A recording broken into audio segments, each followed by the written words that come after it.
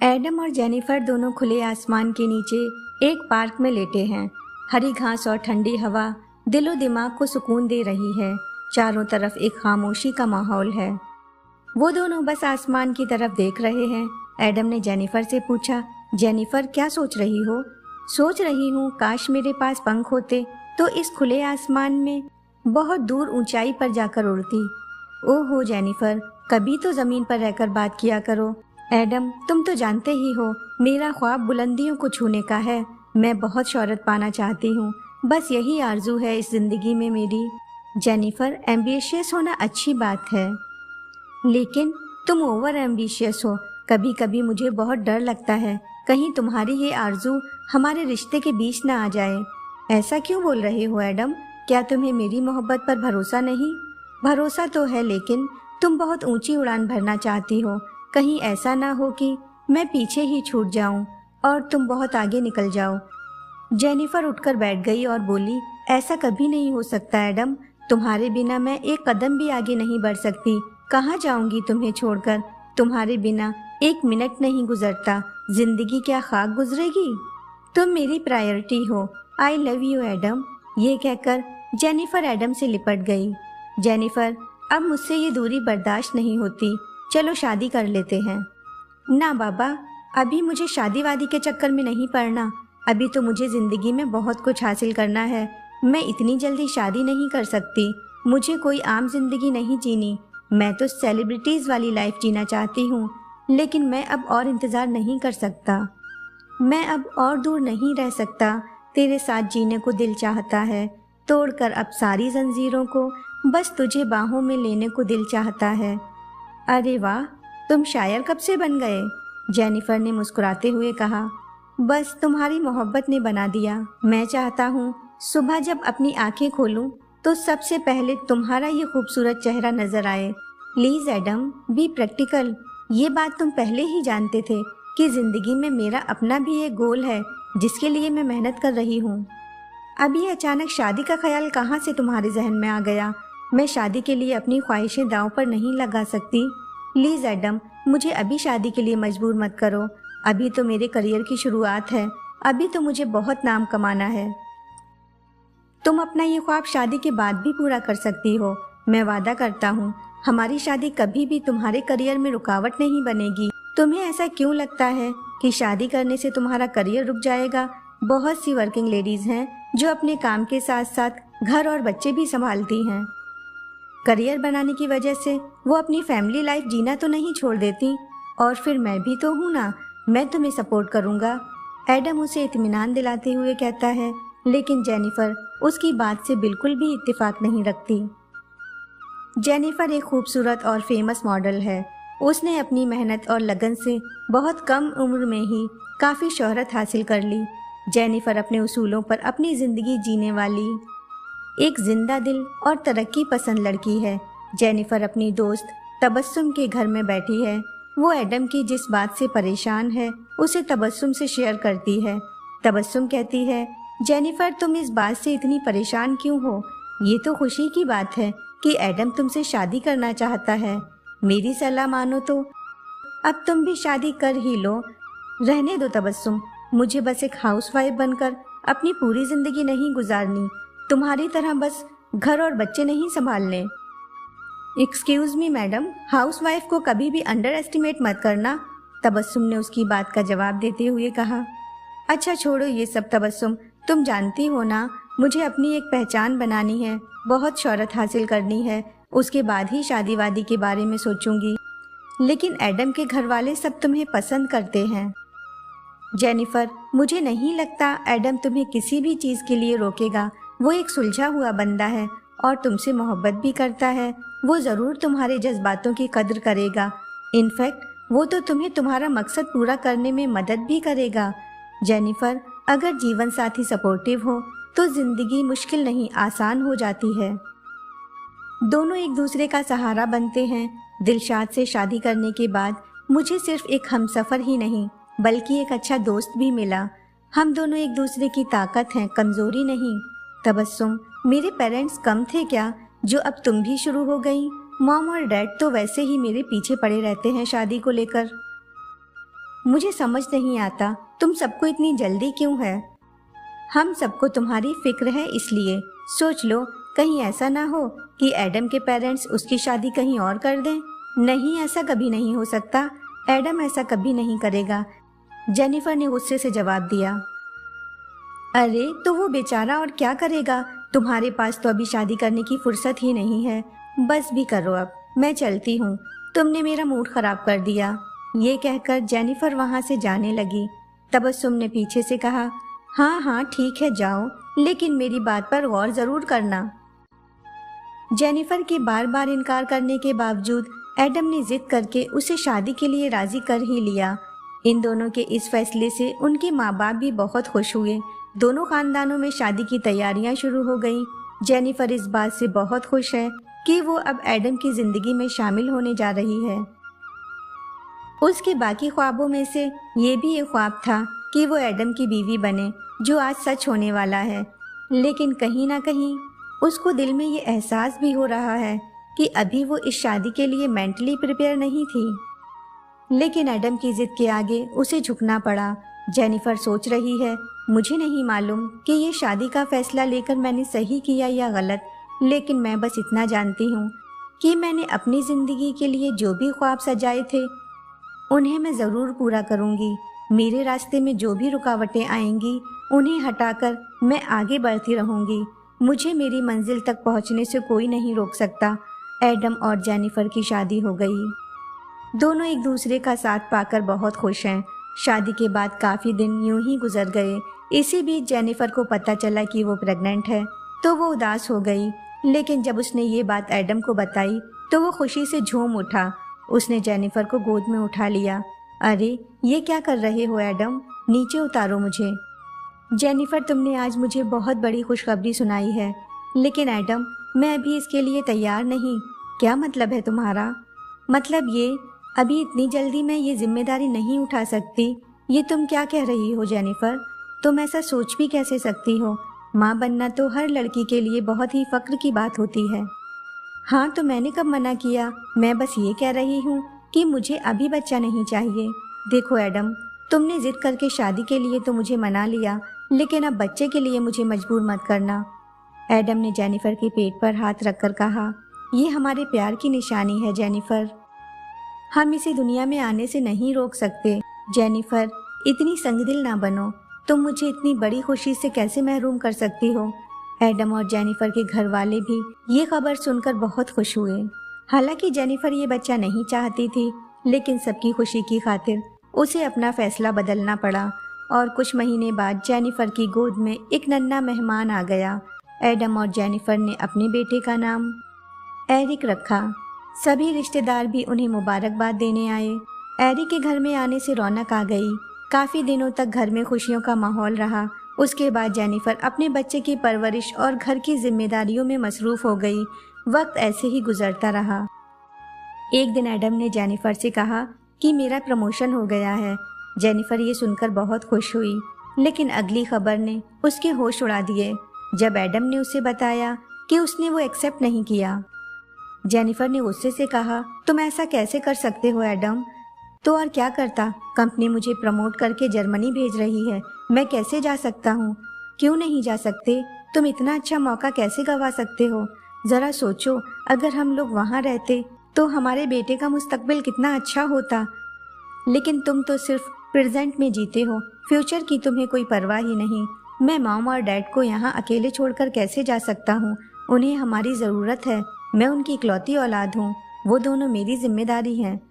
Jennifer, जिंदगी में कुछ फैसले अपने लिए नहीं बल्कि अपनों के लिए लिए जाते हैं। बहाने मत बनाओ एडम, तुम्हें तरक्की पाने की ख्वाहिश कभी थी ही नहीं।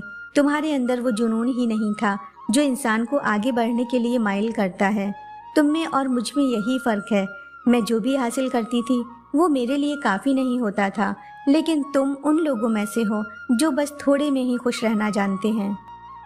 मुझे ये मिडिल क्लास वाली लाइफ नहीं जीनी थी। बहुत सारी ख्वाहिशें थी मेरी, लेकिन तुमसे शादी करके वो सारी धीरे धीरे मरती गईं। शादी के बाद तुम्हारी ज़िंदगी में तो कुछ भी नहीं बदला, लेकिन मेरी ज़िंदगी जिम्मेदारियों के बोझ तले दबती चली गई। और मैं अपनी ख्वाहिशों और ख्वाबों से दूर होती चली गई। तुमने मुझसे वादा किया था कि ये शादी मेरे करियर में रुकावट नहीं बनेगी, लेकिन क्या हुआ? शादी के बाद मैं बस घर और बच्चा संभालने में लग गई।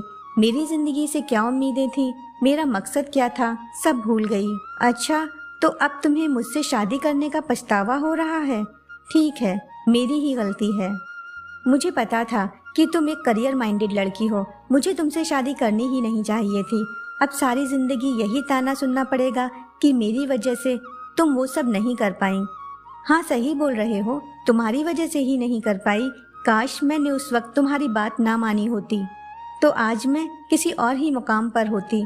उसने एडम को कसूरवार ठहराते हुए कहा। तो ठीक है, अब कर लो जाके। तुम्हारा करियर खराब करने का इल्ज़ाम मैं अपने सिर पर लेके मरना नहीं चाहता। जो मन में हो वो करो, मैं नहीं रोकूंगा तुम्हें किसी भी काम से। मैं अपने बेटे की परवरिश अकेले कर सकता हूँ। वैसे भी तुम्हें तो ये चाहिए ही नहीं था, इसके लिए भी मैंने ही तुमसे जिद की थी। आज तक तुमसे जिद करके ही हासिल किया है सब कुछ, लेकिन अब मैं और नहीं करूँगा। तुम वही करो जो करके तुम्हें अपनी ज़िंदगी मुकम्मल लगे। बात इतनी बढ़ गई कि इन दोनों की बहस ने एक बड़ी लड़ाई की शक्ल इख्तियार कर ली। एडम की ये बातें सुनकर जेनिफर को भी गुस्सा आ गया और वो उससे नाराज़ होकर अपना सामान लेकर अपने पेरेंट्स के घर आ गई। उसके माँ बाप ने उसे समझाने की बहुत कोशिश की, लेकिन वो वापस एडम के पास जाने के लिए राजी नहीं हुई। जेनिफर वापस तो आ गई, लेकिन वो बहुत मायूस हो चुकी है। एक वक्त था जब उसके पास नाम और शोहरत थी, लेकिन अब वक्त बदल चुका है। वो बैठी सोच रही है कि अब मुझे मुस्तकबिल की फिक्र नहीं सताती, बस मुझे मेरे ख्वाबों का अधूरापन सताता है। लेकिन वो हार मानने वालों में से नहीं थी। जेनिफर ने फिर से अपनी स्टडी शुरू कर दी और जॉब तलाशने लगी। जल्द ही उसका सिलेक्शन एक मशहूर एयरलाइन में फ्लाइट अटेंडेंट के तौर पर हो गया। जेनिफर ने नए शहर में अपनी नई जिंदगी की शुरुआत की। उसके माँ बाप उसकी तरक्की से खुश तो हैं, लेकिन वो दोनों जेनिफर के इस तरह घर छोड़कर चले जाने के फैसले से बहुत दुखी भी हैं। आखिर दुनिया के हर माँ बाप चाहते हैं कि उनकी बेटी का घर बसे, लेकिन जेनिफर ने शुरू से ही अपनी जिंदगी से मुताल्लिक सभी फैसले खुद ही लिए थे, लिहाजा इस बार भी किसी ने उसके फैसले में दखल नहीं दिया। जेनिफर ने नए शहर में नए फ्रेंड्स भी बनाए। वो उनके साथ वक्त बिताती, घूमने फिरने जाती, पार्टीज में जाती। वो अपनी जॉब के साथ साथ अपने शौक पूरे करने में बिजी हो गई, लेकिन अपनी बिजी जिंदगी से वक्त निकालकर वो कभी कभी अपने पेरेंट्स और अपनी दोस्त तबस्सुम से फोन पर बात करती। जेनिफर तबस्सुम से अपने काम की और अपने कलीग की बातें शेयर करती। तबस्सुम उसकी बातों से और उसके लाइफ स्टाइल से बहुत मुतासिर होती। उसने जेनिफर से कहा, जेनिफर, तुम बहुत हिम्मत वाली हो, तुमने बहुत बोल्ड डिसीजन लिया। काश मेरे अम्मी अब्बू ने मेरी शादी इतनी जल्दी ना की होती तो मुझे भी अपनी ज़िंदगी जीने का मौका मिल पाता। मैंने तो जब तक होश संभाला तब तक मेरे ऊपर ससुराल की जिम्मेदारी आ चुकी थी। अपने बारे में सोचने का तो वक्त ही नहीं मिला। कभी कभी ऐसा लगता है कि मैं अपनी ज़िंदगी में अपने लिए कुछ कर ही नहीं पाई। तुम्हारी बातें सुनती हूँ तो बहुत अच्छा लगता है। तुम तो मेट्रो सिटी में रह रही हो, वहाँ की ज़िंदगी जी रही हो। मेरी दुआ है तुम हमेशा खुश रहो। एडम ऑफिस से आने के बाद अपना सारा वक्त अपने बेटे और अपने पेरेंट्स के साथ गुजारता। उसे जेनिफर की कमी बहुत खलती, लेकिन वो उसके रास्ते की रुकावट नहीं बनना चाहता। बस इसीलिए जुदाई का गम बर्दाश्त कर रहा है। अक्सर जेनिफर का फ़ोन आता, वो अपने बेटे से बात करती, उसके लिए कीमती तोहफे भी भेजती। बस यही सिलसिला चलता रहा। इसी तरह 5 साल गुजर गए। तबस्सुम के दोनों बच्चे भी बड़े हो गए और इसके साथ उनकी शरारतें भी बढ़ गईं। वो जेनिफर से फ़ोन पर बात करते हुए कहती है, मैं तो बहुत परेशान हो गई हूँ, ये दोनों मुझे बहुत तंग करते हैं। जेनिफर कहती है, बच्चे हैं, अभी मस्ती नहीं करेंगे तो फिर कब करेंगे? जेनिफर, तुम नहीं समझोगी, ये आजकल के बच्चे भी ना, इन लोगों को संभालना बहुत मुश्किल होता है। बच्चों की और उनके अब्बू की फरमाइशें पूरी करती हूँ। अब तो आजिज़ आ गई हूँ मैं इन सब से। ऐसा ना कहो तबस्सुम, अक्सर ऐसे हालातों से हम भागने की कोशिश करते हैं, लेकिन इसमें भी एक अलग तरह का सुकून होता है जो शायद उस वक्त हमें नज़र नहीं आता। तुम बहुत खुश नसीब हो, अपने बच्चों को सामने खेलता देखती हो। मेरी किस्मत में तो वो भी नहीं। मैं तो बस इमेजिन ही कर सकती हूँ कि मेरा बेटा एरिक कैसी शरारतें करता होगा। जब उससे फ़ोन पर बात करती हूँ तो मेरा दिल तड़प उठता है। काश मैं उसे अपने गले से लगा पाती। बेटे को याद करके जेनिफर की आंखें भर आईं। फिर उसने बिना कुछ कहे कॉल कट कर दी। तबस्सुम समझ गई कि जेनिफर अपने बेटे की याद में मुब्तला है। शायद इतने साल अपने घर वालों से दूर रहने के बाद अब उसे उन लोगों की याद सताने लगी है। ये बात सच है, हम अपनों से कितना भी दूर रहें, लेकिन उनकी यादें हमेशा हमारे साथ रहती हैं। जेनिफर जो चाहती थी वो तो उसे मिला, लेकिन उसे हासिल करने की चाहत में वो अपनों से दूर हो गई। कुछ दिन बाद तबस्सुम ने क्रिसमस की मुबारकबाद देने के लिए जेनिफर को फ़ोन किया। सारे शहर में लोग क्रिसमस फेस्टिवल सेलिब्रेट कर रहे हैं, लेकिन जेनिफर अकेली बैठी अपनी शादी के एल्बम देख रही है। तबस्सुम ने कहा, जेनिफर, मैं सोच रही थी आज तुम तो पार्टी वार्टी में बिजी होगी। नहीं तबस्सुम, आज कहीं भी जाने का मेरा मन नहीं है, जेनिफर ने उदास लहजे में जवाब दिया। क्यों, क्या हुआ? जेनिफर, तुम्हारी तबीयत तो ठीक है ना? हाँ, मैं ठीक हूँ। आज अपने घर वालों को बहुत मिस कर रही हूँ। यहाँ स्टेशन जैसी हो गई है जिंदगी, जहाँ लोग तो बहुत हैं लेकिन अपना कोई नहीं। तबस्सुम, मेरे यहाँ बहुत सी फ्रेंड्स हैं, लेकिन तुम्हारी जगह कोई नहीं ले सकता। आज भी जब मुझे अपना दिल हल्का करना होता है तो कुछ देर तुमसे बात कर लेती हूँ। यहाँ कभी कभी बहुत अकेलापन महसूस होता है। मैं घर देर से आऊँ या जल्दी, कोई फर्क नहीं पड़ता। यहाँ ना कोई मेरा इंतज़ार करने वाला है, न मेरी खैरियत पूछने वाला। क्या बात है जेनिफर, तुम कुछ परेशान लग रही हो, बताओ क्या हुआ? तुम तो बहुत खुश मिजाज थी, लेकिन कुछ दिनों से मैं महसूस कर रही हूँ तुम्हारी आवाज़ में वो पहले वाली खनक नहीं रही। मैं तो समझती थी तुम वहाँ अपनी ज़िंदगी बहुत सुकून और खुशी से जी रही हो। काश हम ये समझ पाते कि हमारा सुकून किसमें है। हमारे पास जो भी होता है, हो सकता है हमारा सुकून उसी में छुपा हो, लेकिन उस वक्त वो हमें नज़र नहीं आता और हम उन चीज़ों के पीछे भागते रहते हैं जो हमारे पास नहीं होती। मैं अपने ख्वाबों के पीछे भागते हुए सुकून की तलाश में यहाँ तक आ गई, लेकिन शायद मेरा असली सुकून तो एडम की बाहों में था। जब एडम मेरी ज़िंदगी में आया तो कभी एहसास ही नहीं हुआ कि मैंने क्या पाया, लेकिन उससे दूर होने के बाद ये एहसास हो गया कि मैंने क्या खोया। मैंने अपनी ज़िंदगी में जो चाहा था उसे तो हासिल कर लिया, लेकिन एडम कहीं पीछे ही छूट गया। अब जाकर एहसास हुआ कि मैं कितनी दूर निकल आई। जो दूर था उसे पाने की तलाश में, जो मेरे पास था उसे नज़रअंदाज कर दिया। अब बेचैनियों के इस शहर में एक पल सुकून पाने की तलाश में घूम रही हूँ। ये आज तुम इस तरह की बातें क्यों कर रही हो जेनिफर? ना जाने क्यों तुम्हारी बातों से जाहिर हो रहा है कि आज तुम जिस मुकाम पर हो उससे मुतमईन नहीं। इंसान किसी भी हाल में मुतमईन नहीं होता तबस्सुम। अब तुम खुद को ही देख लो, एक अच्छी बीवी हो, इतना ख्याल रखने वाला शौहर है, 2 खूबसूरत बच्चे हैं तुम्हारे, अपनी फैमिली के साथ जिंदगी गुजार रही हो, सब कुछ तो है। फिर भी तुम अपनी जिंदगी से सेटिस्फाई नहीं। और मैं अपने पैरों पर खड़ी हूँ, मुझ पर किसी की जिम्मेदारी नहीं, अपनी मर्जी से अपनी जिंदगी जी रही हूँ, लेकिन मैं भी सेटिस्फाई नहीं। मेरे पास जो पहले था मैं उससे भी खुश नहीं थी, और जो आज है मैं उसमें भी खुश नहीं हूँ। आखिर मेरी खुशी किस चीज़ में है? तुम्हारी बातें मुझे समझ नहीं आ रही जेनिफर। तुम खुश क्यों नहीं हो? आखिर अब क्या चाहिए तुम्हें? तबस्सुम, मैं अब इस जिंदगी की भाग दौड़ से थक चुकी हूँ। मैं एडम और अपने बच्चे के साथ वक्त गुजारना चाहती हूँ, लेकिन उन दोनों की जिंदगी में मेरे लिए अब कोई जगह ही नहीं। उन लोगों ने मेरे बिना जीना सीख लिया। मैं यहाँ खुद को बहुत तन्हा महसूस करती हूँ। जेनिफर, मुझे तुम्हारी ये बातें सुनकर बिल्कुल भी अच्छा नहीं लग रहा। अगर तुम वहाँ खुश नहीं हो तो वापस आ जाओ। मुझे लगता है तुम्हें इस बारे में एडम से बात करनी चाहिए। नहीं तबस्सुम, मैं क्या बोलूँगी एडम से? मैं खुद अपनी मर्जी से उसे छोड़कर आई थी, वो मुझे कभी माफ़ नहीं करेगा। ऐसा मत सोचो जेनिफर, हो सकता है वो अभी भी तुम्हारे इंतज़ार में हो। एडम इतनी आसानी से तुम्हें दिल से नहीं निकाल सकता। जो रूह में समाये होते हैं उन्हें कभी भुलाया नहीं जा सकता। तुम भी तो उसको नहीं भुला पाई, वो ज़रूर तुमसे बात करेगा। तबस्सुम के समझाने के बाद जेनिफर ने हिम्मत जुटाकर एडम को फ़ोन किया। एडम ने कॉल रिसीव करके कहा, एरिक मॉम के साथ बाहर गया है, वापस आएगा तो मैं उससे तुम्हारी बात करवा दूंगा। जेनिफर ने कहा, एडम, आज मैंने एरिक के लिए नहीं बल्कि तुमसे बात करने के लिए फ़ोन किया है। मुझसे तुम क्या बात करना चाहती हो? एडम ने हैरत से पूछा। बस कुछ बोझ है दिल पर, उसे उतारना चाहती हूँ। वो तो तुम बहुत पहले ही उतार चुकी हो जेनिफर। हमारा रिश्ता ही बोझ था जिससे तुमने कई साल पहले छुटकारा पा लिया। जानती हूँ तुम मुझसे नाराज हो, तुम्हें पूरा हक है, लेकिन फिर भी आज मैं तुमसे कुछ पूछना चाहती हूँ। एडम, क्या तुम मुझे अब भी याद करते हो? क्या तुम्हें कभी मेरी कमी महसूस होती है? ये पूछकर जेनिफर एडम का दिल टटोलने की कोशिश करने लगी। एडम ने अपने जज्बातों को जाहिर करते हुए कहा, छोड़कर जाने वाला क्या जाने कि यादों का बोझ कितना भारी होता है।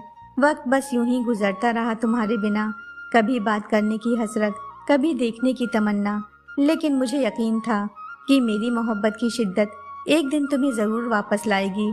तुम कल जहां मेरा साथ छोड़कर गई थी, मैं आज तक उसी मोड़ पर तुम्हारे इंतज़ार में खड़ा हूँ।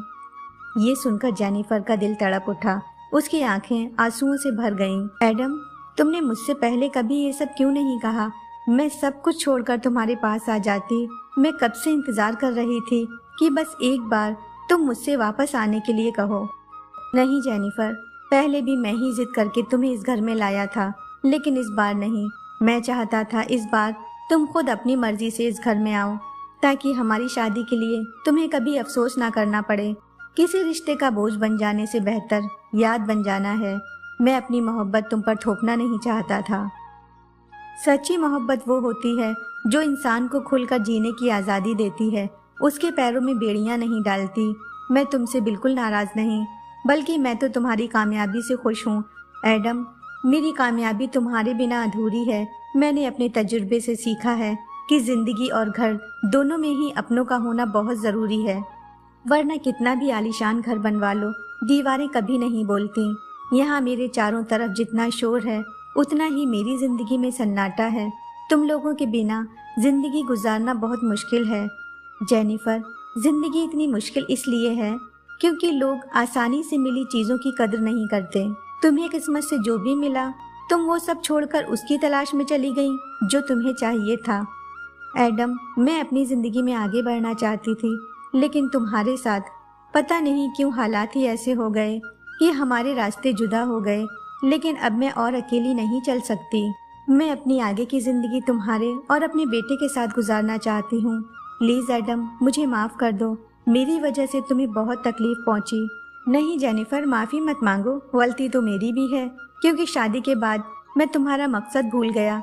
मैंने वादा किया था मैं तुम्हें सपोर्ट करूँगा, लेकिन मेरी सारी तवज्जो बस अपने करियर की तरफ रही। हम दोनों को साथ में आगे बढ़ना था। तुम घर गृहस्थी में फंसी रहीं और मैं अपने काम में मसरूफ़ रहा। मैंने तुम्हारी ख्वाहिशों को नज़रअंदाज किया। शायद शादी के बाद तुमसे मेरी एक्सपेक्टेशन बदल गई थी। मैं तुम में एक बीवी और एक माँ को देखने लगा था, लेकिन तुम एक तरक्की याफ्ता और इंडिपेंडेंट लड़की थी। मैं ये भूल गया। ना चाहते हुए भी मैं तुम्हारे और तुम्हारे मकसद के बीच में रुकावट बन गया, जिसकी सज़ा मैं इतने सालों से भुगत रहा हूँ। तुम मुझसे दूर रहकर खुश हो और मैं तुम्हें खुश देखने के लिए तुमसे दूर हूँ। नहीं एडम, तुम्हारे बिना मैं यहाँ रह तो सकती हूँ, लेकिन खुश नहीं रह सकती। तो फिर वापस आ जाओ जेनिफर। मुझे और हमारे बेटे को तुम्हारी ज़रूरत है। तुम्हारे बिना हम दोनों अधूरे हैं। मेरी ज़िंदगी भी तो मुकम्मल नहीं हो सकती तुम दोनों के बगैर। काश मेरे पंख होते तो अभी उड़कर तुम्हारे पास आ जाती। नहीं जेनिफर, प्लीज़ अब उड़ने की बातें मत करना। मुझे तुम्हारी उड़ान से बहुत डर लगता है। ये कहकर एडम हंसने लगा। काफ़ी दिनों बाद जेनिफर के चेहरे पर भी मुस्कुराहट आई। उसने कहा, एडम, मैं बहुत खुश हूँ जो मुझे तुम्हारे जैसा हस्बैंड मिला। जो आपकी खुशी के लिए हार मान लेता है, उससे आप कभी नहीं जीत सकते। कुछ लोग किस्मत की तरह होते हैं जो दुआओं से मिलते हैं, और कुछ लोग दुआ की तरह होते हैं जो किस्मत बदल देते हैं। हेलो फ्रेंड्स, आपको मेरी कहानी कैसी लगी? कमेंट करके ज़रूर बताइएगा। अगर आप लोगों को ये कहानी पसंद आई हो तो प्लीज़ लाइक, शेयर और सब्सक्राइब करना ना भूलें।